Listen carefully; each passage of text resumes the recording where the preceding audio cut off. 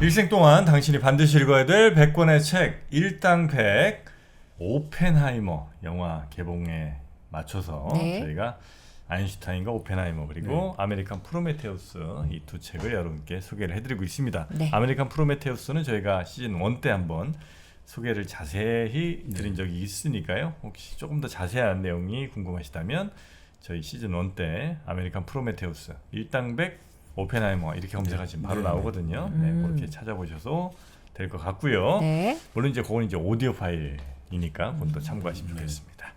자, 그러면 어떻게 이 핵폭탄을 또 만들게 되는지 그 과정이 이제 영화의 주 내용들 아니겠습니까? 그렇습니다. 그 내용들 포함해서 오펜하이머 이야기 좀 더 한번 가볼까요? 네, 저는 2부가 더 기대돼요. 이럴 때 핵 기대된다고 막 이런 거 핵 핵꿀잼이죠. 핵꿀잼. 네.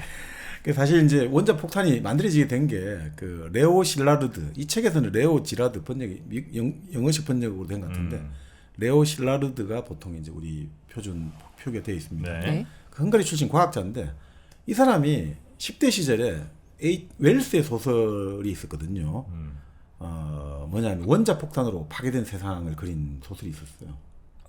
참 신기하죠, 그죠? 소설이 먼저 그러면 그 약간 SF 소설 같은 게 그 바로 우주 전쟁, 타임머신, 투명인간 그 썼던 웰스, H.G. 웰스. 그 사람 소설이 해방된 세계라는 소설이 있는데 그게 거기도 독일, 오스트리아 한 편이고 미국, 영국, 프랑스 한 편 해가지고 핵 전쟁이 벌어져 갖고 도시들이 다 깨졌다 이런 게 나오거든요. 그걸 읽고 이 사람이 레오 실라르드가 10대 시절 읽고 핵에 좀 관심을 가졌죠. 네. 근데 그 사람이 그래서 결국 핵 연쇄 반응 이론에 특허도 얻고 계속 관심을 가졌거든요. 근데 그때만 해도 이게 실질적으로 바로 되기는 힘들 거다 봤는데 1938년 가을에 독일의 오토 한이라는 그리고 프리츠 슈트라스만이 핵분열을 성취해낸 거예요. 핵분열. 핵을 분열하는 반응을. 네. 그러니까 이렇게 되니까 과학자들이 이래 되면 이제 핵폭탄 만들 수가 있다라는 게 이론적으로 이제 된 거거든요. 그러니까 이거 실라르드가 이거 큰일 나겠다. 이거 나치가 이걸 핵폭탄을 개발하면 이거 큰일 나는 거 아니냐. 이렇게 해가지고 아인슈타인을 끌어들이기로 한 거예요. 왜냐하면 이 사람들이 그때 보니까 벨기에가 식민지였던 콩고에 우라늄이 엄청나게 이제 원석이 많이 나거든요. 근데 아인슈타인이 가장 친하게 지내는 벨기에 여왕이 친구란 말이에요. 아인슈타인 친구. 그러니까 아인슈타인을 끌어들여가지고 벨기에 여왕한테 독일로 우라늄 수출 못하게 좀 압력을 넣어주세요. 이렇게 하려고 끌어들였단 말이죠. 네. 그래서 아인슈타인한테 설명을 쫙 하니까 지금 최근에 일어난 이런 것들 하니까 아인슈타인이 이거 안 되겠다. 그러면 네가 편지를 쏘면 내가 미국 대통령에게 내 서명을 해가지고 보내는데 동의하겠다. 그렇게 이제 편지를 써가지고 이제 지금 핵이 만약에 이게 핵분열 이거 돼가지고 폭탄하면 얼마나 큰 위력이 있는지 그리고 편지에 지금 독일이 체코의 광산에서 그 우라늄 그 공급을 받고 있었는데 그 체코 광산에 우라늄 판매도 하고 이랬는데 그거 지금 판매를 중지시켰다. 그러니까 독일이 지금 하려고 하는 거다 이래 된 거예요. 사실 이 독일의 이 핵폭탄 개발 계획에 여러 가지 사람이 이제 그 아까 말씀드린 그 불확정성 이론 하이젠베르크 박사의 뭐 제자도 있었고 바이츠체크라고 독일 대통령했던 바이츠체크의 형인데 바이츠체크 팀도 있었고 또 오펜하이머가 본래 괴팅겐 대학을 다녔거든요. 독일 박사과정을. 네. 거기서 또 어떤 여학생 한 명 있었는데 그것도 라이벌이 있어요. 사랑의 라이벌. 그 사랑의 라이벌이 또 그 독일 원자폭탄 개발 계획의 또 한 일원이에요. 참 묘하게 그렇게 됐는데 어쨌든 이 독일이 이런 걸 하면 지금 큰일 난다. 그러니까 루스펠트가 관심을 가진 거죠. 그래서 위원회를 조직해. 그 조직해가지고 이제 아인슈타인은 뭐 편지만 한 번 썼다는데 그건 아니고 그 위원회도 몇 번 가서 이제 여러 가지 컨설팅을 해준 게 나오는 거죠. 네. 자, 그러면서 이제 미국의 위원회가 만들어지고 그러면서 최고의 과학자들이 모였고 그 과학자들을 이제 그 모으는 팀 중에 나름 리더가 그 아까 말씀드린 오펜하이머가 이제 되는 거죠. 그렇게 해서 아까 말씀드린 그 로버트 장군이 오펜하이머를 책임자로 임명하면서 42년 말부터 이제 본격적으로 로스알라모스에 이제 만들어가고 43년부터 이제 연구 활동 들어가는 거죠. 그게 이제 맨하탄 프로젝트인가요? 네, 맞습니다. 자, 근데 뭐 아시다시피 이 아이젠하워나 오펜하이머는 나중에 그렇습니다만 이 과학자들, 이 참여한 과학자들은 나치가 핵을 가지면 진짜 인류가 멸망할 것 같으니까 나치를 견제하기 위해서 한 거지. 이걸 가지고 막 미국에 힘을 실어줘 가지고 미국이 세계 초강대국 되고 이런 건 아니었단 말이죠. 그러니까 대부분의 이 아까 말씀드린 레오 실라르드 입장에서도 이런 핵무기를 만들 때 만약에 나치가 만들어 갖고 공격을 하면 우리가 방어용으로 써야지 처음부터 공격하고 이런 것들 대부분 과학자들은 반대를 하는 경우가 많아요. 그래서 이 사람들이 이 과학자들은 나중에 이제 미국이 히로시마 나가사키 일본이 이미 징계 확실시된 이 원폭 투하된 거 보고 되게 충격을 많이 받아가지고 지금 말씀드린 레오 실라르드 같은 사람은 전공을 바꿔버려요. 물리학에서 생물학으로 바꿔버려요. 자기 완전히 잘못 공부한 것 같다고. 이런 식으로 하고 또 그 과학자 동맹을 만들어가지고 적극적으로 나서요. 그래서 미국에 이제 핵무기를 쉽게 쓰고 통제하려는 법에 막 반대도 하고 이런 조직화됐거든요. 네네. 자, 근데 여기서 뭐 이제 아인슈타인 같은 경우는 자, 이 핵무기가 이렇게 잘 만들어지고 이런 이야기를 자꾸 들어오니까 그러면 이 군비 소련도 알아야 되는 거 아니냐. 지금 미국과 같이 2차 세계대전에 같이 나치를 상대로 싸움을 하고 있고 그 다음에 미국만 이걸 가지게 되면 결국 반드시 또 다른 전쟁이 일어난다. 핵은 국제적으로 같이 공유를 해야 된다. 네. 이런 식으로 해서 막 이렇게 이야기를 하고 다니니까 다른 과학자들이 큰일 나겠다는 거죠. 만약에 아인슈타인이 소련 과학자한테 편지 보내가지고 물론 검열할 수 있겠습니다만 뭐 미국이 지금 핵폭탄을 이제 거의 다 만들었다. 이렇게 하면 이건 국가 반역죄가 될 수 있다 이거죠. 그래서 막 말리고 이렇게 해요. 제발 좀 자중하라고. 닐스 보호 같은 사람이 덴마크 있다가 탈출해가지고 영국 있다가 미국 왔는데 이거 도와주려고 네. 그 아인슈타인 만나가지고 야 나도 지금 핵을 이걸 통제를 하려고 막 노력 많이 했는데 씨알도 안 먹힌다. 정치인 군인들은 내 말 듣지도 않는다. 근데 너가 지금 앞으로 이제 이 핵무기가 만들어졌으니까 세계 정부를 만들어가지고 핵은 전부 세계 정부가 갖고 있다. 이런 이야기 잘못하면 큰일 난다. 그러니까 지금 좀 자제해 주시오. 이렇게 했다고 하죠.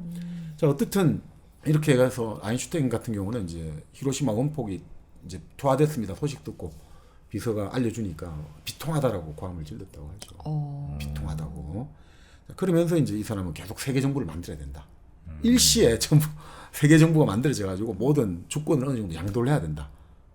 그러니까 뭐 통하겠습니까? 그렇죠. 안 통하죠.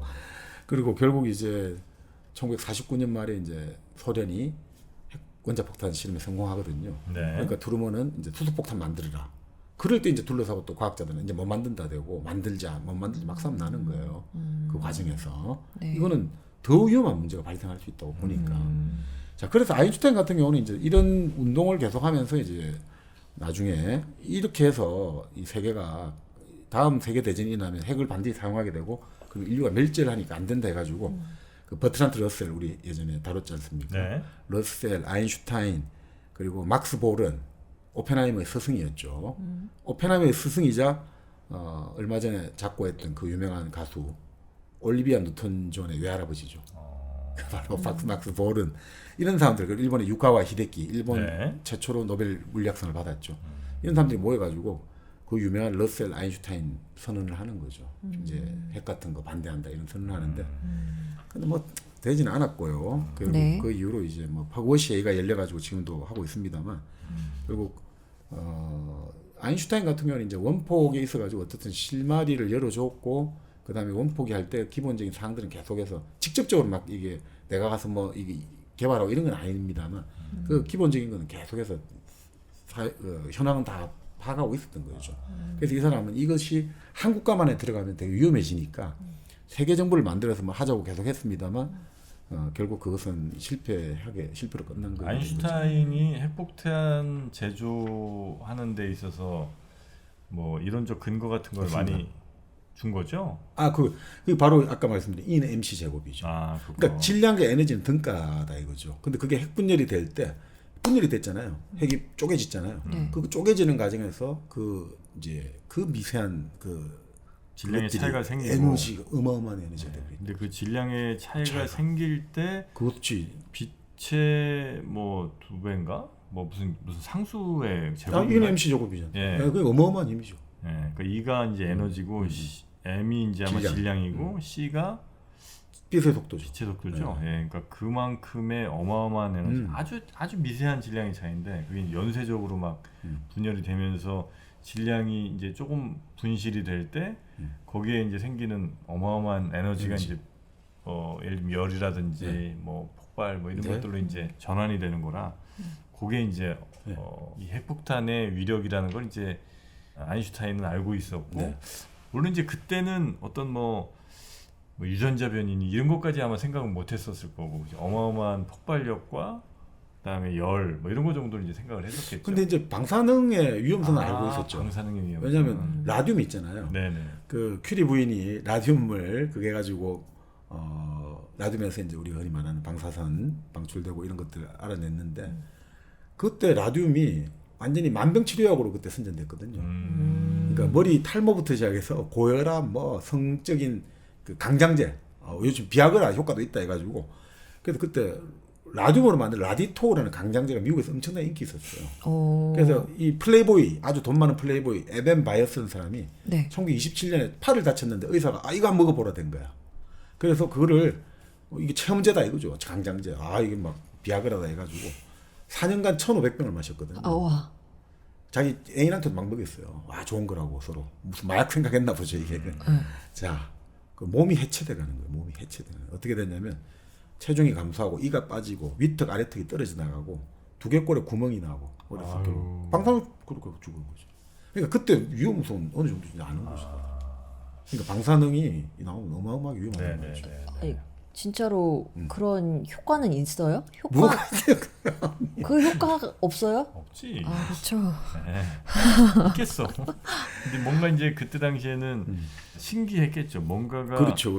우리가 막 힘을 더 가하지 않았는데도 끊임없이 계속 뭔가 방출이 되니까 네. 방사능이라는 그런 거잖아요. 네. 계속 뭔가 이렇게 방사선 이런 것들이 이제 방출이 되는 거니까 사방으로 이렇게 뭔가 에너지가 끊임없이 나온다는 거는 그러니까요. 이거는 굉장히 어떤 생명력이라고 본 거죠. 그 전까지 없었던 그러나 이제 그게 그럼요. 생명이 아니라 이제 죽음의 사신이죠. 네. 자, 그러니까 뭐 이런 식으로 해서 이제 방사능의 위험성을 알고 있었고 사실 이런 이야기는 해요. 그 이제 그로버스 장군이 아까 이 맨하튼 계획의 군부 책임자잖아요. 오펜하이머를 임명을 시켰고, 그러니까 오펜하이머가 기본적으로 복종, 권위에 약하고 이런 걸 아니까 그렇게 해서 잘 되고 했는데 이 당시 있잖아요. 핵무기 통제권이 이 그로버스 장군 준장이었나? 이 사람이 갖고 있었거든요. 그러니까 우리가 생각할 때 트루먼이 사인한 게 아니고 네. 핵폭탄을 히로시마 뜨리라는 게 아니라 미국에 이제 군부 있잖아요. 군 이제 육군 총장 뭐 이런 데서 작전 서류가 올라오잖아요. 거기에 이제 동의를 해주는 거죠. 8월 3일 이후 적당한 시기에 떨어뜨리겠습니다. 그럼 동의해 주는 거예요. 동의. 그러니까 언제 떨어뜨리라고 명령한 주체가 트루먼이 아니었던 거죠. 군부에서 올린 거예요. 그거를. 그러니까 이것도 사실 나중에 그래서 문제가 막 되고 있는 건데. 네. 아니, 그게 그러니까 군이 결국 계속 핵미사일을 통제하는 권한을 가지느냐, 결국 이제 민간이 가져야 되냐 이거 갖고 나중에 논쟁이 되겠습니다만. 사실 지금 생각해 보면 이게 참 트루먼이 그 당시에 미국 대통령을 하고 있었잖아요. 네. 네. 만약에 그 트루먼이 아닌 다른 사람이 부통령을 했을 수 있거든요. 그 1944년 말에 이제 미국 그 민주당의 그 후보를 뽑아야 되잖아요. 44년에 이제 뽑아야 되잖아요. 44년 말에 대통령 선거를 하니까. 그때 부통령 후보가 본래 이제 트루먼 행정부의 상무장관했던 월리스예요. 월리스. 이 월리스 장관이 본래는 아주 부통령 그냥 1순위였거든요. 근데 이제 미국 민주당의 모종의 이제 민주당 세력들이 협잡을 해가지고 가장 어떻게 보면 전혀 후보가 아니던 트루먼을 미주리의 촌뜨기였는데 부통령을 시킨 거예요. 그러니까 이 사람은 프랭클린 루스벨트 대통령하고도 거의 관계가 없었던 거예요. 그래서 대통령과 부통령이 45년 1월 달에 취임하잖아요. 네. 4월 달에 이제 프랭클린 루스벨트가 죽거든요. 네. 그 80일 동안에 딱 2번 만났어요, 2번. 그러니까 도대체 이 핵폭탄 프로젝트도 아무것도 몰라요. 그런데 문제는 트루먼이 기본적으로 어릴 때부터 항상 체구도 작고 성격이 여성적이라고 놀림을 많이 받았거든요. 그래서 이 사람은 힘에 대한 욕구가 좀 증명을 해야겠다는 욕구가 강했거든요. 그러니까 항상 스탈린에 맞서갖고 내가 누가 더 센지 한번 보여줄게. 이런 욕구도 강했다는 거죠. 만약에 부통령의 월리스가 됐다면 월리스는 평화주의자이기 때문에 이런 식의 방식은 절대 안 갔을 거다. 이런 이야기도 합니다만 뭐 그 지나간 이야기인데 결국 이게 과학자들이 7월 16일 날 그 포츠담 선언에 그 나오기 전에 포츠담 회담이 열렸단 말이죠. 네. 독일이 항복을 하고 이제 포츠담에 스탈린, 트루먼 그리고 처칠입니까? 나중에 애틀리가 됐습니다만 네. 회담을 하고 있는데 7월 16일 이제 실험이 성공했다 이거죠. 옥동자가 나왔는데 막 우렁찼다. 원자폭탄 실험이 성공했다 이러니까 그 처칠 해고록에 보면 그렇게 나온다는 거죠. 트루먼이 갑자기 7월 16일 이후로 갑자기 막 사람이 이상해지더라고요. 내가 이제 그러니까 뭐냐면 이런 거죠. 총을 가지고 있으면 어떤 남자도 미국 속담에 옛날에 총을 갖고 있으면 어떤 남자도 180cm 이상이 된다는 거예요. 그러니까 이런 된다 이거. 총을 딱 갖고 있으면 내가 아무리 키 작아도 이런 식으로 이제 트루먼은 내가 이제 원자폭탄 가지고 있어. 스탈린은 까불면 죽어. 이러니 갑자기 막 모든 데 자기가 리더십을 발휘하려고 그러고. 자, 이렇게 됐는데 그것만 보여주고 사실 미국 과학자들 입장에서는 어차피 지금 일본이 끝장났으니까 또 미국의 군부 있죠. 메가드 아이자네오 다 반대했단 말이죠. 일본의 원자폭탄. 당시 미국의 5성 장군들이 그때 7명이 있었단 말이죠. 별 5개. 전쟁 때 이제 공을 세우니까 자꾸 별을 달아주니까 별이 5개가 됐단 말이죠. 네. 그 사람들이 대부분 다 반대한 거예요. 이 필요 없다. 왜냐하면 또 자기들 입장에서는 원자폭탄으로 승리했다는 과학자들한테 공이 나가잖아요.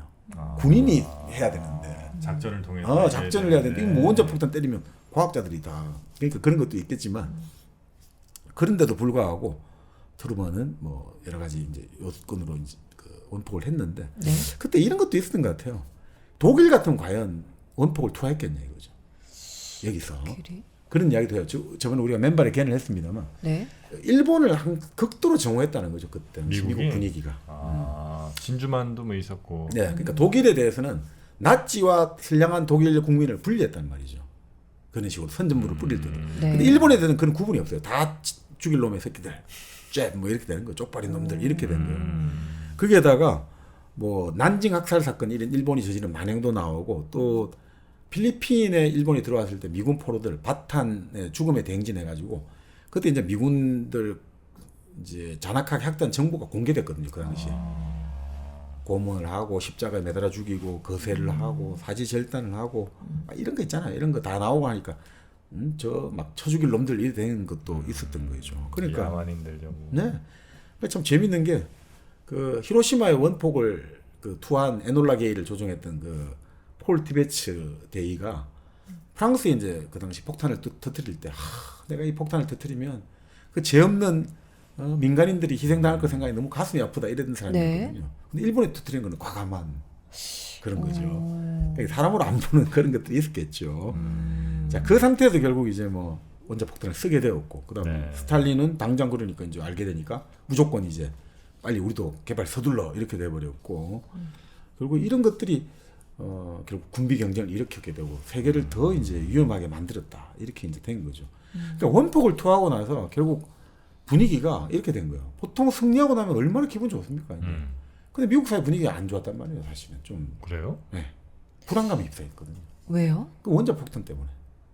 원폭을 터뜨렸지만 이제 소련도 개발하고 이러면 어떻게 될 거냐? 그럼 다 죽는 거 아니야 이런 거죠. 원자폭탄 진짜 어마어마하게 폭탄 한 발에 한 도시가 날아가는 걸 봤단 말이죠. 그러면 야 이게 막 이제 소련하고 이래 되면 그런 약간 분위기가 있어가지고 이긴 지 2년밖에 안 된 나라에서 갑자기 반미 조사위원회 만들어갖고 자 빨갱이들 다 색출하자 해가지고 막 사람들 쫓아내버리고 그 다음에 그게 그 우리가 말하는 메카시즘으로 흘러가고 그러니까 사람들이 그 다음에 고통에 좀 무감각해지는 거죠. 수십만 명이 한꺼번에 죽어도 막 좀 무감각해진다 이거죠. 이제 그 핵을 통해서 이제 너무 많은 사람을 한꺼번에 죽이니까. 그러니까 이제 그런 것들이 좀 이제 보면 이거 2차 세계 대전에 핵을 썼다는 것이 과연 이제 물론 미국에서는 트루만 쪽은 이렇게 만들었죠. 핵을 안 썼으면 최소한 미군 25만 명이 죽었을 것이고 또 일본 민간인도 우리가 폭격해서 죽여야 되니까 최소한 100만 명 생명을 구했다. 핵 때문에 죽은 사람도 죽은 뭐 그런 식으로 이야기는 합니다만 사실은 뭐 소련에 대해서 견제공을 날린 거죠. 까불면 죽어. 우린 다 갖고 이런 거였다는 게 지금은 이제 정설이죠. 그 지금 핵 개발할 때 엄청 비밀리에 개발을 했고 핵폭탄을 투하할 때도 사실 이걸 민간인들이 알았을 것 같지는 않거든요. 미국 시민들이.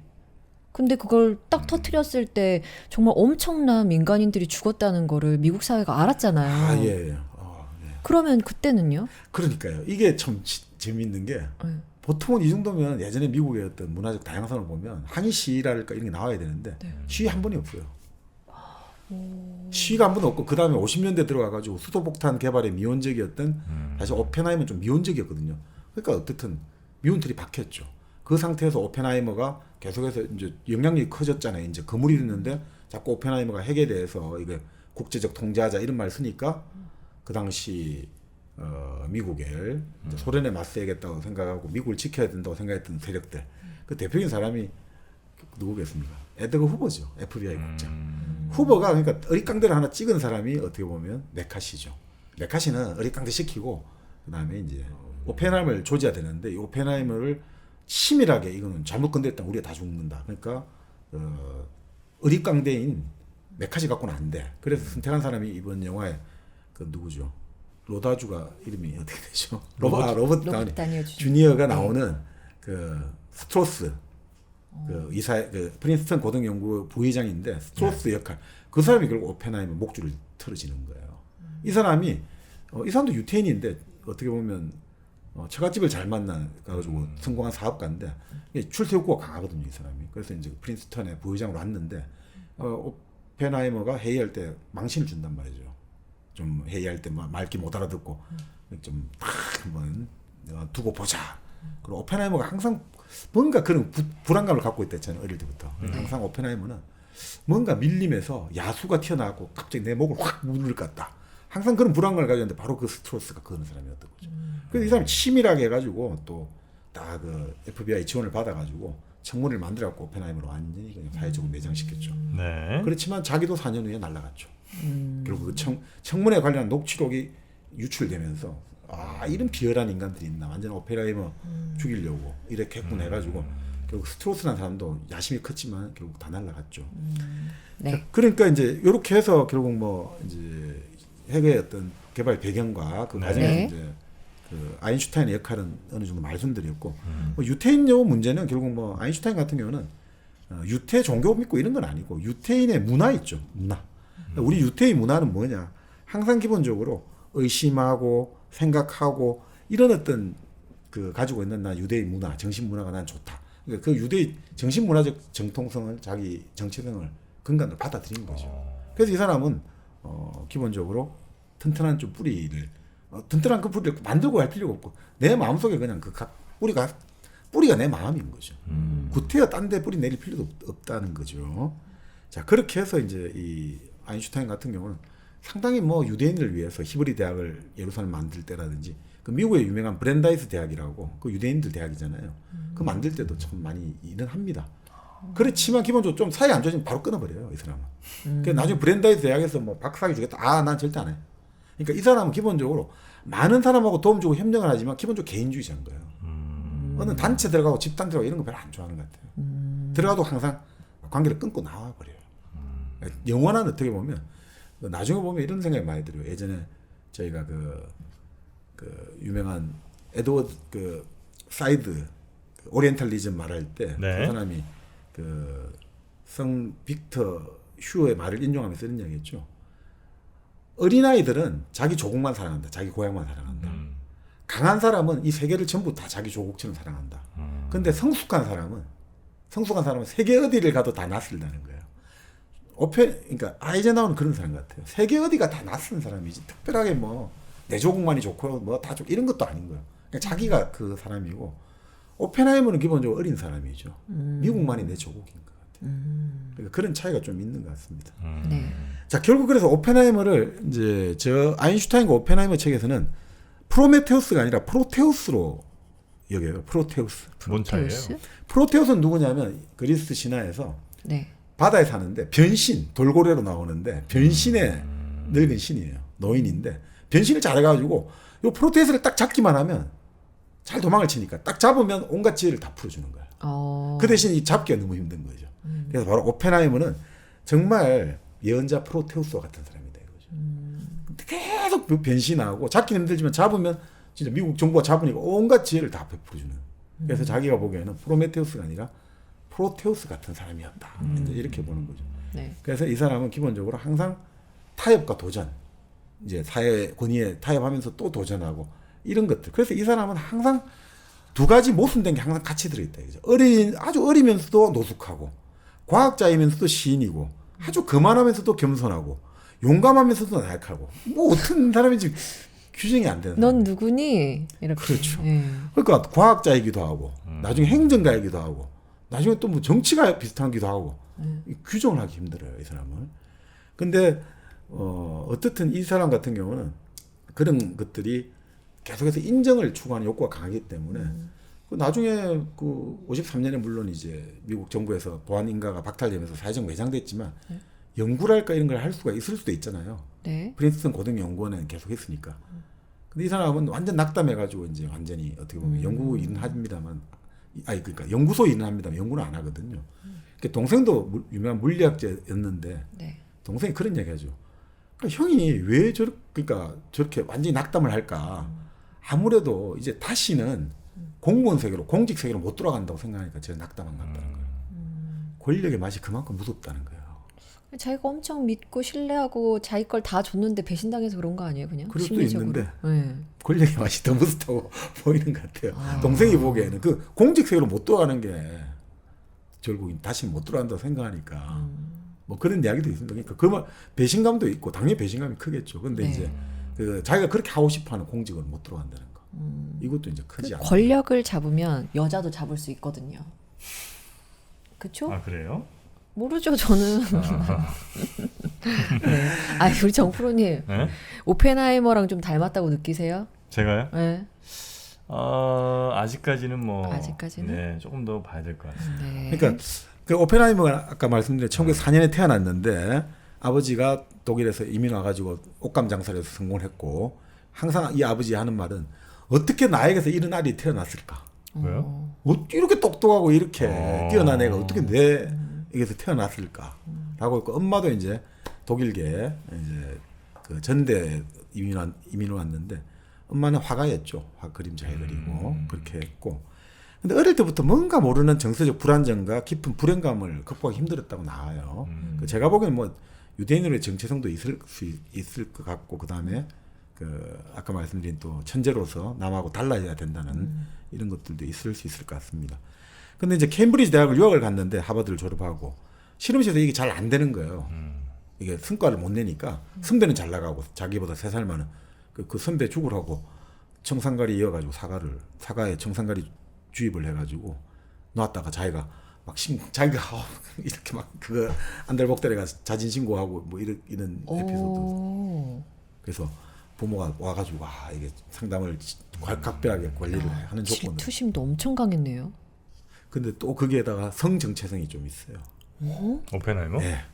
그러니까 버클리 이제 이 사람이 버클리 이제에서 미국의 이론 물리학에 완전히 학파를 만들었는데 네. 그 버클리 대학 시절에 이제 FBI 파일에 나온다는 거예요. 수학과의 한 동성애자 학생이 있었는데 그 당시 오펜하이머 집에서 같이 살고 있었다 이런 내용의 FBI 파일이 있어요. 그래서 좀 성 정체성을 두고도 좀 여러 가지 좀 좌절이 있지 않나. 그래서 이 사람은 평생 정서적으로 불안한 거예요. 그래서 불안한 사람이 어떻게 해야 되느냐? 머리 좋은 불안한 사람. 더 위험한 환경으로 자기를 위험한데 더 가는 거예요. 왜?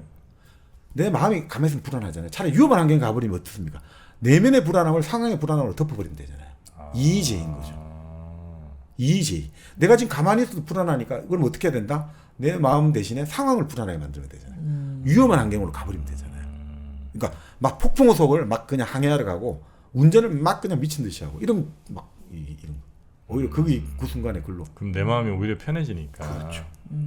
그래서 이 사람이 어떻게 보면 사회와 평생 자충우돌한 게 사실 또 그런 표현은 아닐까. 자기 내면의 불안감을 계속해서 사회적으로 부딪힌 거 아니냐.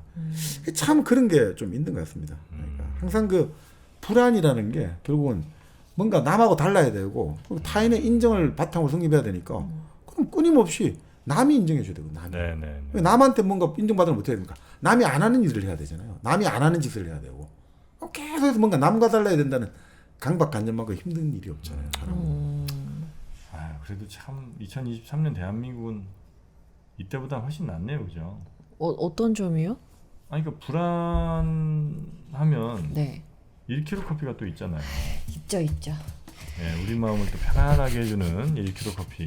네. 네, 이거 마시면 네. 바로 또 우리 약간 좀 불안했던 마음이 편안하게 가라앉지 않습니까? 향 한번 맡으세요. 불안감. 지금까지 너무 불안했는데 네. 이제 너무 좋아. 진짜 좋아. 참, 이런 광고 또 있을까요? 네. 참, 우리 일당백과 함께하는 네. 1kg 커피 댁에서 편안하게 이제 또 커피의 계절이 점점 돌아오고 있습니다. 따뜻한 커피의 그렇죠, 계절이요? 그렇죠. 지금까지 여름에 이제 아무래도 아이스 커피가 좀 인기가 많고 네. 가을이 되면 따뜻한 향이 또 싹 올라오는 이 네. 커피가 또 인기가 있죠. 일당백과 함께하는 1kg 커피는 모두 다 준비가 되어 있습니다. 네. 포털 사이트에서 1kg 커피 검색하셔도 좋고요.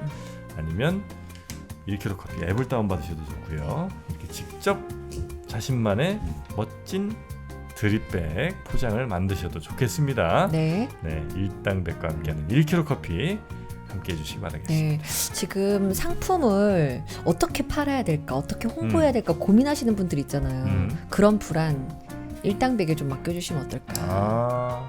그 불안도 해결을 해드려야겠네요. 네, 맞습니다. 좋은 물건 있으면 뭐합니까? 사람들이 알지를 못하는데. 그렇죠. 그리고 유튜브에 탁 하면 이렇게 고풍스럽게 아하. 영원히 박제되는 네, 평생 광고. 평생 광고입니다. 네. 자, 네. 이게 사실 그러니까 이렇게 보면 그 왜 제가 갑자기 이제 오펜하이머 보다가 그 생각이 드는 거예요. 그러니까 어릴 때 천재인데 갑자기 평범해졌다 이런 말 하잖아요. 저는 이제 요즘 그 생각이 드는 거예요. 아니 이 사람들이 생존 전략을 위해서 일부러 평범한 척하는 거 아닙니까? 실제로 그런 사람들 한국에 있잖아요. 그러니까 오히려 지금까지는 천재성이 사라졌다 생각했는데 그 도저히 힘든 삶을 지탱할 수 없으니까 나 이제 평범해졌어요. 나 천재 아니에요.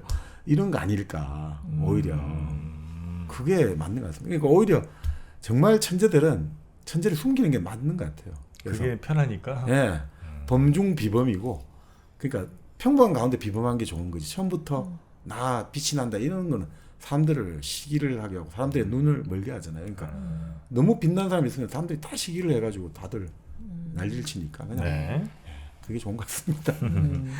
자, 결국 그래서 이 사람이 이제 결국 그 괴팅겐 이제 바로 그 영국에 있다가 괴팅겐 대학을 가서 거기서 박사를 하고 네. 거기서 이제 빛을 발하기 시작하는 거죠. 양자 물리학 이제 25년, 6년 이럴 때 이제 오펜하이머도 아주 일을 많이 했다고 하죠. 네. 자, 거기서 이제 다시 미국 돌아와가지고 버클리에서 왜 이제 털을 잡았냐면 황무지와 같아서 너무 좋다는 거예요. 아무것도 없으니까 내가 여기서 잘할 수. 그러니까 딱 그런 스타일 알겠죠. 그러니까 몸은 좋아하고. 그래서 이제 여기서 그 자기보다 그 3살 많았나 어니스트 로렌스 물리학상을 받은 입자 가속기로 그 실험 물리학하는 이쪽하고 그 다음에 오펜하이머의 이론 물리학이 완전히 이제 버클리하고 지금도 유명해진 전통을 만든 거죠. 자, 그렇게 하다가 이제 원자 폭탄을 만들기로 했고 그래서 오펜하이머가 그 책임자가 된 거죠. 그래서 뉴멕시코의 로스 알로모스 연구소를 만든 거죠. 그런데 참 그런 이야기를 해요. 노벨상 이제 여기 노벨상 수상했던 사람들이 버글버글 하거든요.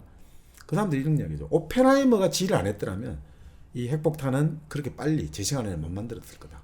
오펜하이머가 정말 사람들을 잘 끌어왔다 이거죠. 네. 그 개성이 다르고 막 모든 게 다른데 이 사람들을 다 녹여냈다는 거예요. 그래서 오펜하이머가 다들 괴짜고 이러니까 되겠냐 했더니 오히려 오펜하이머가 행정가 역할하니까 너무너무 사람들을 소통을 잘하고 사람들을 이런 거 있죠. 조직의 일을 하는데 내 개인의 역량이 커지는 느낌을 주니까 이 최고의 리더잖아요. 그래서 어떤 사람은 그런 이야기를 해요. 그와 함께 있을 때면 오펜하이머와 함께 있을 때면 나는 더 큰 사람이 될 수 있다. 나는 오펜하이머의 사람이 되었고 그는 나의 우상이 되었다. 나 스스로가 완전히 변하게 된 것이다. 이런 거를 주는 리더가 있으면 완전히 뭐 과학자들이 얼마나 좋겠습니까? 네. 이 사람하고 이야기만 나누면 내가 가지고 있는 뭐 같은 것들이 100배, 200배가 더 막 나를 키우게 한다.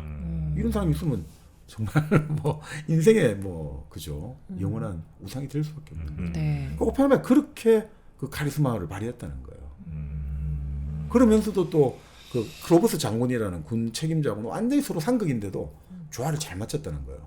오펜하이머는 부자 집안이고 크로버스는 가난한 집안이고 오펜하이머는 키가 뭐 183cm라는 소리도 있고 178이라는 소리도 있는데 어쨌든 네. 들어갔을 때 58kg였다는 거예요. 체중이. 로스 알라모에 들어갔을 때. 그렇게 말랐어요? 네, 근데 2년 뒤에 53kg가 됐대요. 뭐야? 그 신경을 많이 쓰니까. 그런데 그 크로버스 장군은 이렇거든요. 한 2~3배 돼요. 이게. 네. 그런데도 묘하게 이제 호흡이 서로 잘 맞은 거죠. 자, 그 상태에서 이제 뭐 이 진짜 그러니까 전체적인 거를 딱 다 이제 뭡니까 이 오펜하이머 다 이 하나의 어떤 일정표 스케줄표가 다 들어가면서 개인적인 거 다 봐주니까 네. 정말 뭐 탁월한 위대한 관리자였다 이렇게 하는 이야기죠. 엄청난 목표가 있으니까 함께 막 달려가고 싶은 그리고 과학자들이니까 예. 연구비 엄청 많이 막 줬을 거 아니에요. 아우 이거는 뭐 아낌없이 그냥 원하는 대로 다 모든 게 최우선으로 다 찍거든. 그러니까 연구자들 입장에서는 너무 좋은 환경이니까. 유토피아라고 생각했죠. 예. 그 당시 여기는 유토피아다 이거죠. 그리고 다들 가족이라 생각했던 거죠. 네.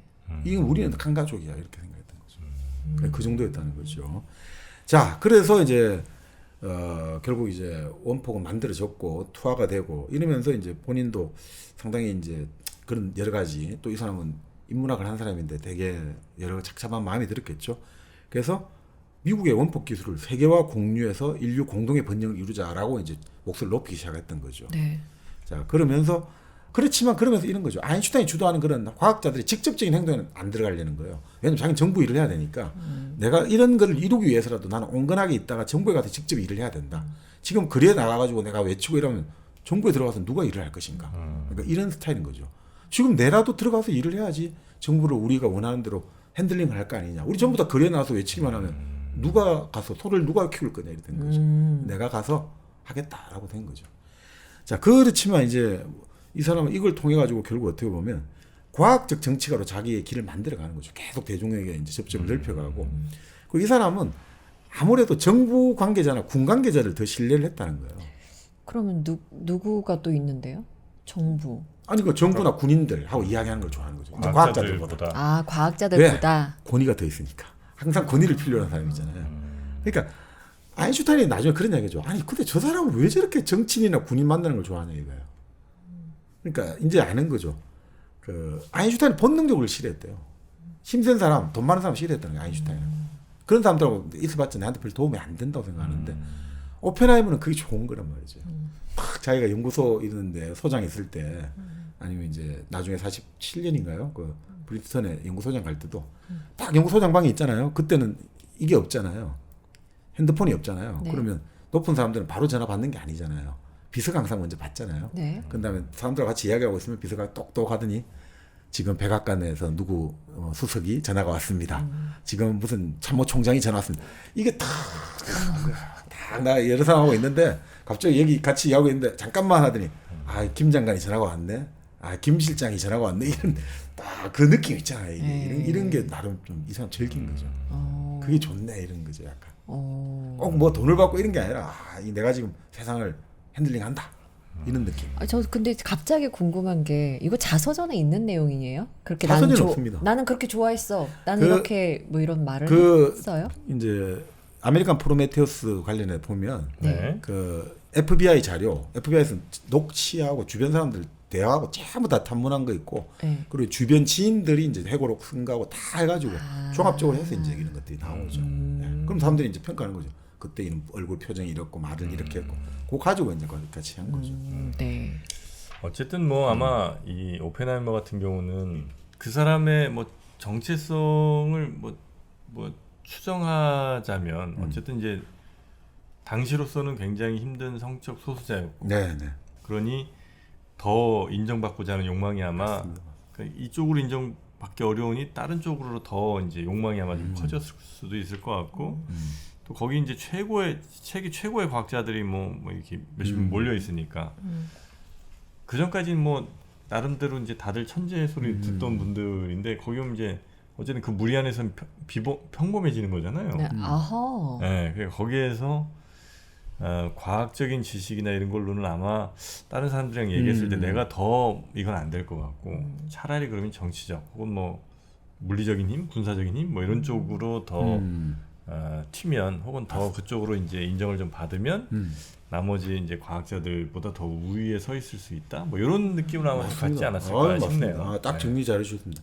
그러니까 바로 오펜하이머가 10대 시절에는 유대인의 정체성 이걸 벗어버리고 싶었는데 참 그런 문제로 고민을 했고 또 학창 시절에는 이제 자기가 뭐였더라 무슨 기술자가 되고 싶었는데 뭐 아니면 또 친구들은 인문학자가 되고 싶었는데 또 여기서 갈등하다가 이제 물리학자 길을 가게 되고 네. 케임브리지에 가서는 실험실에 적응하기가 힘들고 지금까지 천재였는데 실험실에서는 별거 아니네 되고 그 와중에 또 성적 정체성의 혼란도 겪게 되고 그다음 괴팅겐에 가서는 이제 여기서는 완전 내 세상이네 이제 완전 이론 물리학에서 양자 물리학에서는 그러니까 그때 괴팅겐 막스 보론이라고 올리비아 뉴턴 존 외할아버지가 얘 딴 데 보내고 나서 너무 좋아했대요. 다들 이제 한숨을 쉰다는 거야. 얘는 그냥 무조건 간섭하고 무조건 사람들 무슨 말하면 갑자기 분필 빼앗아가 지가 막 쓰고 이래서 사람들이 다 싫었다는 거야. 그런데 이제 너무 좋다고 이제 다들 한숨을 쉬게 됐다. 이런 그러니까 그렇게 했고 버클리에서는 또 개인적인 업적이 또 사야 되지만 또 그때 이제 그 사회주의 사람들하고 자들하고 교류를 많이 했거든요. 그러니까 계속해서 그런 갈등들. 그러니까 이 사람들은 그다음 전쟁 끝나고 나서는 과학자와 그 공공의 어떤 지식인으로서의 갈등. 이게 뭐냐니까 인생을 걸고 집중했던 프로젝트가 없었다는 거죠. 바로 지금 말씀대로. 그러니까 인생을 걸고 집중한 프로젝트가 그때그때 상황에서 계속 갈등하고 이러기 때문에 스트레스가 심하면 이해 못할 행동하는 거예요. 저 완전 자포자기 행동도 하고. 그 스트레스는 너무 많이 받잖아요. 그 트루먼하고 만나가지고 트루먼은 계속 수소폭탄 뭐 그리고 원자폭탄 이런 이야기할 때 그냥 트루먼한테 갑자기 내 자각하 내 손에 지금 피가 묻어 있습니다. 이런 식의 행동을 한 거예요. 그러니까 나 지금 너무 죄책감 가지고 있다. 자꾸 그런 거. 그러니까 트루먼이 다시는 저런 개자식을 내 사무실에 불러들이지 말라고 막 대노를 했다고. 그러니까 대통령한테 또 그럴 필요는 없는데. 그러니까 이게 스트레스가 너무 쌓이면 갑자기 막 자포자기 돼버리는 거예요. 그래서 청문회에서 막 그런 식으로 행동을 해가지고 여러 명을 곤혹스럽게 만들었고. 그러니까 결국은 이게 사회라는 것은 있잖아요. 이 사람이 이제 정치의 세계로 나오는 순간부터 잡아먹으려고 하잖아요. 아까 말한 스트로스라 같은 사람이 있는데 덫을 깔아놨단 말이죠. 이 덫을 깔아놨는데 그러면 이 사람이 아무리 이 분야에서 머리가 잘 돌아가고 천재적이라도 그 덫에 그렇게 다 피해갈 사람은 없단 말이죠. 그럴 때 그러니까 노련하지 못한 거죠. 이 정치 세계가 얼마나 무서운데. 그래서 그런 이야기 나와요. 오히려 그 우리가 로스 알라모스 연구소에서 보안을 담당했던 사람이 있죠. 사람들이 사상 신원 검증 담당했던 사람이 나중에 오히려 그 어떻게 보면 오펜하이머의 변호를 해주거든요. 정인으로 와가지고. 네. 근데 그때 이제 막 그 오펜하이머를 공격하는 책에서 예스와 노로 대답하시오 이러잖아요. 예 아니오만 대답하세요. 우리 맨날 하듯이. 네네. 그러면 이 사람은 어떻게 하냐면 그 법을 아는 거예요. 그런 사람들을 상대하는 법을 뭐냐면 예, 네, 아니오로만 대답하라고 한다면 저는 답변을 안 하겠습니다. 기억이 나지 않습니다. 아니, 그럼 그게 아니라 그런 식으로 말하면 내가 지금 말을 하려고 하는데 그 말을 못하게 만드니까 그러면 나는 예, 아니오라고만 요구한다면 난 답변하지 않겠습니다. 난 답변을 못하겠습니다. 그러면 말을 해보시오 라고 되거든요. 그러니까 그 오펜하면 그게 안 된단 말이죠. 그 룰에 그냥 따라가 버린단 말이에요. 예, 아니오? 예. 이런 식으로 하다 보면 박살이 나버리거든요. 그래서 결국 보니까 이 오펜하이머가 끊임없이 이제 이 갈등과 고민 속에서 집중을 인생 전체를 걸고 집중한 프로젝트가 없었고 그러니까 연구를 못 하는 거죠. 그 흔히 말하는 그 아까 말한 아인슈타인 평생을 걸고 통일장 뭐 하잖아요. 평생 죽을 때까지 그 꿈을 안 버린단 말이죠. 신은 절대 주사를 던질 리가 없어. 반드시 뭔가 있을 거야. 라는 것도 있는데 결국 이 사람은 그게 안 되고 바가바드 기타를 좋아했다 했잖아요. 네. 바가바드 기타의 내용이 그거예요. 자, 이 전쟁을 하러 가야 되는데 이 왕자가 이 아르주나 왕자 전쟁을 하야 되는데 이 상대가 자기 친척 친구들이란 말이에요. 나 도저히 못하겠다. 포기하려고 할 때 자기 마부가 있단 말이에요. 스승이자 마부. 근데 그 사람이 실제로 비신의 신이 인간의 모습으로 성육신으로 나타난 거거든요. 그 사람이 이제 그걸 해주는 거거든요. 뚜렷한 이유가 있는 전투에서는 전사여 너의 가족일지라도 싸워라 이렇게 나오거든요. 그게 좋았던 거죠 자기는. 의무로 내가 지금 이 원자폭탄을 만들어야 된다. 내가 의무는 나는 국가가 나에게 준 의무는 나는 해야 된다. 이런 식의 그것들 운명이 준 의무라면 나는 받아들여야 된다. 그러니까 이런 것들을 좋아했던 것 같아요. 그러니까 내 마음 속에 하나의 어떤 순수한 어떤 영적인 자아가 있고 그 계속 두려움과 욕망이 소멸해질 때까지 계속 내가 단련을 하고 하다 보면 그것이 확장되어 가지고 결국은 이게 이 자아가 하나가 확장돼가 우주적 원리까지 나아갈 때 나의 기쁨과 모든 내 고난을 이기는 힘이 된다. 이런 것들. 그러니까 오펜하이머는 항상 내 속에 내가 너무 많은 사람이 있거든요. 그런데 딱 이렇게 나오니까 이 철학이 너무 좋은 거죠. 이렇게 너의 그래도 하나의 아트만이 있고 이 아트만을 통해서 너는 브라마와 버마 인류가 된다. 이런 것들이 너무 좋았던 것 같아요. 그래서 결국 하여튼 그 철학에서 이 사람은 결국 미국인으로서의 정체성 이것들이 이제 가장 중요했던 거죠. 그러니까 결국 어떻게 보면 뭐라고 할까 이 사람이 핵폭탄을 발명했고 미국을 위해서 핵폭탄을 만들어줬다가 오히려 사상 검증에 마녀사냥에 휘말려 가지고 이렇게 사회적으로 매장된 이 사건을 보고 프랑스의 그 철학자 미셸 푸코 같은 사람은 이거는 20세기에서 가장 중요하고 결정적인 사건의 하나다 이런 거예요. 왜냐하면 이제 국가 정책에 도전한 과학자는 이런 운명을 받게 된다. 오펜하이머처럼. 철저하게 몰락하게 된다. 버림받는다. 그러니까 그다음 오펜하이머 운명을 받던 사람들 이제 스포카 만들어 하면 네 알겠습니다 각하. 그 에드워드 텔러라든지 로렌스 같은 사람들 이런 사람들이 결국 미국 대학들의 그게 전부 군산복합체 기업이라 할까 국방부 이런 데서의 어떤 이해관계에 딱 과학자들이 복속이 되었고 그 공공의 영역이 엄청 좁아지게 된 거예요. 이제 지식인이 미국에서. 그러니까 그리고 특히나 중요한 게 과학 기술을 사회적으로 어느 정도 민주적 통제를 해야 되는데 그게 안 되는 거예요 지금. 전부 야 이거 국가 기밀이야 몰라도 돼 이렇게 돼버린단 말이야. 이게 우리의 운명을 결정하는 문제를 우리가 모른단 말이야. 국가의 주인인 국민이 이런 것들에 있어 가지고 오펜하이머 사건은 나의 운명을 결정하는데 권력이란 게 푸커가 주목했던 거죠. 권력이란 게 걔는 완전히 이제 규율로 꽁꽁 묶어맨다 이거죠.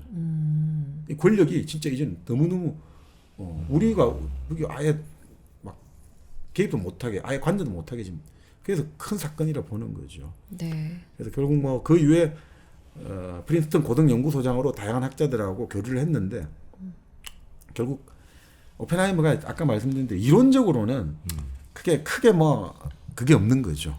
그 원자 폭탄이 그 있지만 크게 이게 없었고 과학자로서 뭐 크게 어떤 뭐 그게 연구에 없어요. 도움을 주거나 이런 건 아니고. 그러니까 아주 이제 아니 뭐 블랙홀 이런 촉이 다 있습니다만 네. 근데 이제 정말 지금 우리가 말하는 아인슈타인의 상대성 이론이랄까 뭐 네. 불확증성 원리 이런 식의 최고급 과학자가 될 수 있었는데 그것에 못된 것은 결국 평생을 걸고 집중한 프로젝트가 없었던 거죠.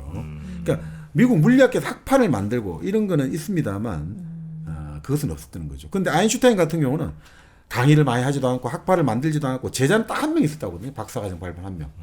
진짜 철저하게 독불장군 살아갔지만 자기는 그걸 좋아해요. 나는 고독하다.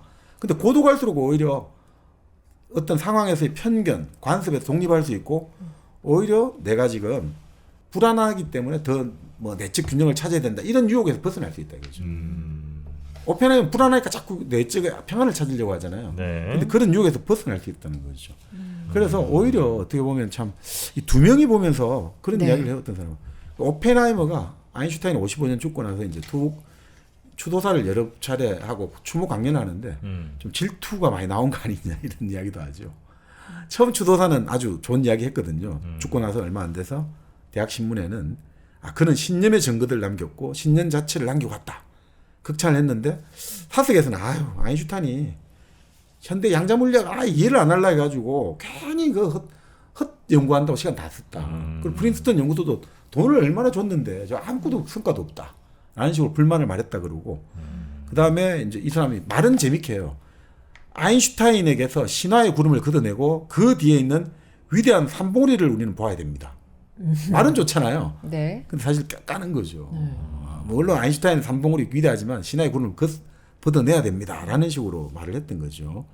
그렇지만 사람들이 그래서 막 그럼 당신이 아인슈타인 싫어하냐. 그래서 아인슈타인 비서가 격분해가지고 항의하려고 하니까 그 신문에 나간 거는 이렇게 나간 거고 자기가 직접 강연한 거를 딱 원고를 갖다 준 거예요. 복사해가지고. 이거 읽어보고 말을 해라고. 아니다. 내가 지금 깐 게 아니다. 그냥. 그리고 그런 이야기를 하죠. 결국 나는 젊은 아인슈타인이 정말 되고 싶었다. 최고의 찬사죠. 나는 진짜 젊은 아인슈타인이 되고 싶다. 우리에게 근데 늙은 아인슈타인 아니다 이거죠.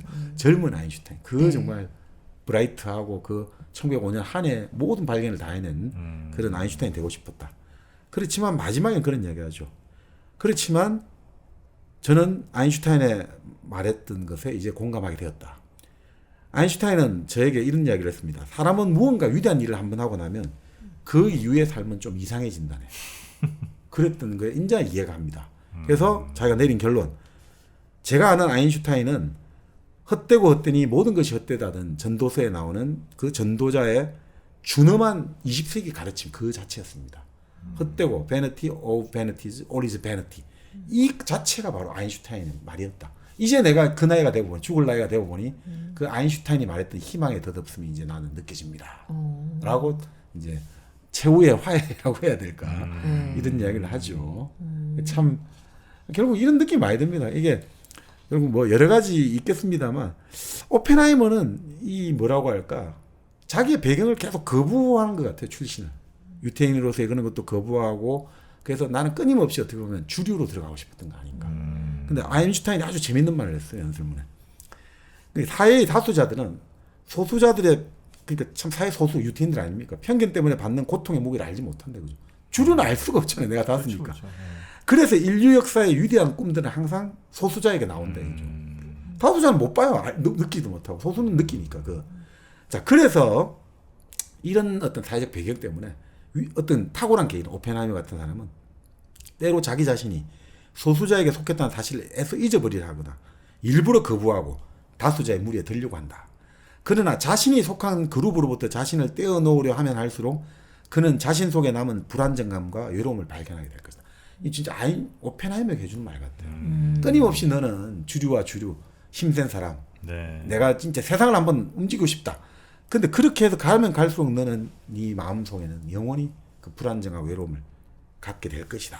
라고 이제 이야기를 하는 거죠. 제가 참 보면서 느끼는 게 아인슈타인은 공동체가 필요가 없어요. 자기 스스로가 자기 스스로를 불교식으로 말하면 자기 스스로를 등불로 삼아서 자기 스스로를 법으로 삼아서 간 사람이란 말이에요. 앞길을. 어두운 세상을 헤쳐간 사람인데 오펜하이머는 어떻게 보면 이런 거죠. 끊임없이 새로운 뿌리를 찾으라는 사람인 거죠. 유대가 아니라 힌두, 유대 문학이 아니라 뭐 산스크리트 문학, 유대의 구성원이 아니라 또 다른 공동체. 그러니까 이 사람은 뭡니까? 유대 사회가 싫으니까 30년대는 사회주의자, 버클리에 있을 때는 사회주의자들의 모임에 참여했고, 그러니까 보통 이제 우리 치면 이 공동체가 아니니까 새로운 공동체가 그 공동체죠. 네. 아니 모든 이가 평등하다는 이게 얼마나 공산주의적 이상의 꼬뮌이 매력적인 공동체겠습니까? 그 다음에 거기 있다가 또 다른 공동체 뭐냐? 애국심, 애국자라는 공동체. 그래서 로스 알라모스가 바로 애국자인 거죠. 주도권은 군인이 갖고 있거든요. 그로버트 장군 준장이 다 지배한단 말이에요. 그렇지만 자기는 기꺼이 그 사회로 뛰어들 준비가 되어 있는 거죠. 애국심이니까, 자기는 애국자니까. 그런 것들로서 계속해서 뭔가를 찾으려 했던 것 같아요, 이 사람은. 그래서 물론 이게 아인슈타인이 좋고 나쁘고 이런 게 아니라 아인슈타인은 그러니까 한마디로 말해서 이제 하나의 어떤 궁극의 진리 그리고 궁극의 이론이 있다고 보고 자기 자신을 계속해서 성찰하고 그러니까 자기 자신을 항상 나는 나 자신을 장악하고 있다고 생각하고 간 사람인데 오펜하이머는 끊임없이 경험을 해야 되는 거죠. 계속 경험해야 되는 거죠. 계속 경험하고 계속 반성하고 회의하고 그런 뜬 거 아닌가 싶습니다. 그렇지만 두 명은 다 지금 이제 위대한 업적을 남겼고 물론 이제 아까 아인슈타인이 업적이 있고 오펜하이머는 주변 사람들을 내가 해준 공헌 이런 걸 내세울 건 없습니다만 그러니까 아까 말씀대로 그래서 항상 오펜하이머는 깊이의 문제 그리고 내세울 만한 학식의 문제를 항상 고민했던 것 같아요. 내가 지금 딱 이거다. 말이 더 이상 필요 없는 뭔가가 없기 때문에 내가 뭔가 보여줘야 돼. 말로 해야 된다. 이게 강했던 것 같아요. 그래서 아인슈타인은 완전 무슨 연설자리가 있고 이런 거를 즐겼다는 거예요. 근데 오펜하이머는 항상 진지했다는 거죠. 그러니까 우리가 논어에 나오는 말 있지 않습니까?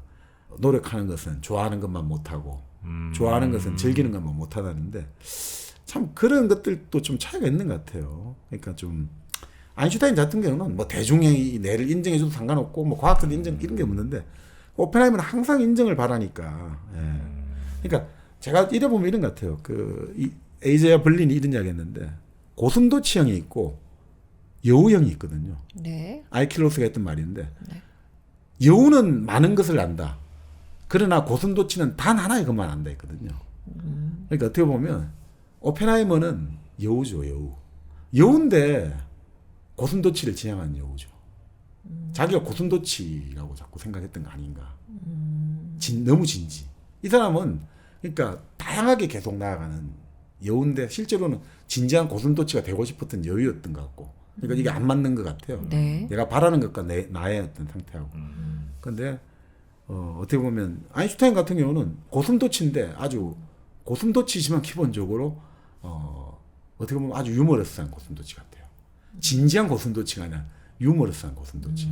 그러니까 한 방향으로 끝까지 가는 거죠. 그러니까 이게 사람마다 해석은 다르겠습니다. 고슴도치 하나의 것만 안다 이거죠. 대표적인 사람이 도스토옙스키 이런 사람들인 거죠. 헤겔 이런 사람들. 플라톤 이런 사람들이고. 여우는 뭘까? 아리스토텔레스, 톨스토이 이런 사람들이. 여우가 되겠죠. 그러니까 어떻게 보면 둘 다가 다 필요한 거죠. 네네네. 그러니까 이것저것 탐사하는 사람, 이것저것 탐사하는 사람도 필요하고 이것이다 해가 하나만 딱 이게 내가 보기엔 광맥이다 해갖고 이것만 계속 막 깊이 파고드는 사람도 필요하고. 네네. 그러니까 그게 다 필요한데 뭐 그것은 자기 기준에 맞게 어떻든 잘 가시면 될 것 같은데 네. 결국 이제 파워풀한 아인슈타인, 컬러풀한 오펜하이머. 저는 이제 그렇게 좀 정리할 것 같아요. 근데 근데 뭐 멋있는 말이네요. 네, 파워풀한 아인슈타인, 네. 컬러풀한 오펜하이머. 네. 요 영화 많이들 보실 텐데 네. 요런 거 정도 좀 탑재하시고 네. 영화를 보시면 더 재밌지 않을까. 저는 지금 영화 볼 때 킬리안 머피가 연기 엄청 잘하잖아요. 네. 근데 과연 지금 방금 말씀하신 이런 네. 성격과 네. 뭐 자기를 좀 어디 이렇게 뭐 끼워 맞추고 싶고 좀 약간 그런 거 잘 살렸는지 그냥 보고 싶. 궁금하네. 네. 그러니까 오펜하이머는 그래서 사실은 오펜하이머는 현대에 등장한 그리스 비극의 영웅이에요. 그리스 비극의 영웅이 있잖아요. 오이디푸스 아주 합리적이고 아주 똑똑하고 아주 힘 있는 사람인데 결국 자기가 명한 조사로 자기가 파멸 하잖아요. 똑같은 사람이에요. 자기가 만든 원자폭탄, 자기가 만든 그걸로 업적을 해서 파멸하는 거거든요. 그렇기 때문에 우리는 오펜하이머 영화가 미국에서 지금 대박을 쳤다는 네. 이유가 근본적으로 거기서 바라보는 거는 모르겠습니다. 애국심도 있고 여러 가지 코드가 있겠습니다만 저는 비극의 효과라고 봐요. 그걸 바라보면서 사람들은 영웅의 몰락을 바라보면서 카타르시스를 느끼거든요. 연민과 카타르시스는 연민과 정화란 말이죠. 저 잘난 사람도 저렇게 살았구나. 아이고 안 됐다라고 하면서 아유 그러니까 우리는 괜찮아. 우리 삶도 지금 너무 힘들지만 저 잘난 사람도 저렇게 뭐 세상에 번득에 희생되는데 우리도 괜찮아. 이런 연민과 정화를 느끼게 만드는 거죠. 거기에 반해서 아인슈타인은 성자죠, 성자. 어떤 이웃의 도움도 뿌리치지 않은 성자죠. 그러니까 아인슈타인에게는 우리는 경외감과 존경감과 믿음을 가지는 거예요. 아인슈타인은 믿음 그 자체인 거죠. 네네. 믿음직한 거죠. 그런데 오펜하이머에게는 인간적인 약점을 우리는 가지는 거죠. 그래서 사람들은 아인슈타인 영화보다는 오펜하이머 영화를 좋아할 겁니다. 그게 인간적인 약점을 갖고 있습니다. 그렇겠네요. 그렇지. 네. 이 영화 볼 거죠 나오면? 네, 전 영화관 가서 볼 거예요. 그래요. 네. 저도 아마 보게 될 것 같은데. 제가 요거 하나만 마지막 네네. 인용을 하면요. 저 아인슈타인과 오펜하이머에서 오펜하이머를 두고 저 저자가 그 어떤 시를 인용해요. 이 오펜하이머가 어릴 때 이런 어린 시절에 이런 시를 썼대요. 온 우주를 뒤흔들어 보고 싶다. 이런 마음이 담긴 시를 썼는데 그거를 이제 T.S. 엘리오트 황무지의 시인의 시를 다른 거 인용해 가지고 오펜하이머는 어떤 사람이었느냐. 그러나 그는 왕자가 아니고 그저 왕자를 돕는 사람. 때로는 거의 어릿광대였다. 이 시가 딱 오펜하이머에 들이맞는 것 같아요. 그는 왕자가 되고 싶었지만 그는 왕자가 아니고 왕자를 돕는 사람이었고 때로는 어릿광대였다. 그래서 역사의 무대에서 어릿광대로 결국은 등장했다가 조롱을 받고 야유를 받으면서 퇴장한 사람이다. 이런 것. 그래요. 좀 제가 오늘 기대했던 오펜하이머랑 좀 달라요. 그래요. 굉장한 네. 어떤 그 영웅적 이야기를 또 생각했구나. 그렇기도 하고 약간 후회 아이콘이라고 저는 알고 있었거든요. 평생 후회했다고 그렇게 해서 핵폭탄 만든 걸. 네. 네. 그게 있잖아요. 이런 게 있습니다. 그러니까 핵폭탄을 만들고 많은 사람들이 죽고 이런 거에 대해서 내 손에 피가 묻어 있다.